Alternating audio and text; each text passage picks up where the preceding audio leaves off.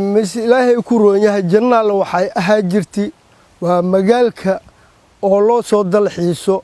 oo madaxda ay u soo dalxiisto dalxiis ay u imaato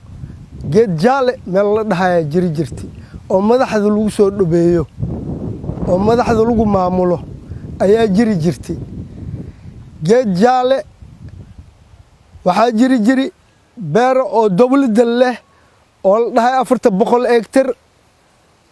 beer la dhahayo anta banaani aad jirto oo dhinacaan jirto oo dawladda leh beeraha dawladda adiga ma cadadna iska ahaayeen masaakiintuna waa ku noolaayeen waa ku dhaqmaayeen adiga dib ma jirin alxamdulillah ilaahay mashkuuroon yahay waa magaal lagu dhaqan yahay magaalka baahida ay qabaan dadka reer jannaal waxay tahay shaqo la'aan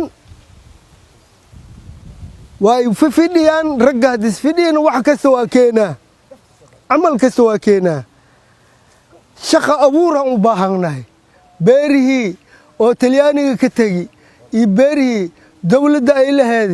way buuxaan raggii in shaqo loo abuuro balantaliinta meel la dhahay jirtay oo bambeelmada oo waxaas ay tabcaan dawladda cambi ay tacbi jirtay ya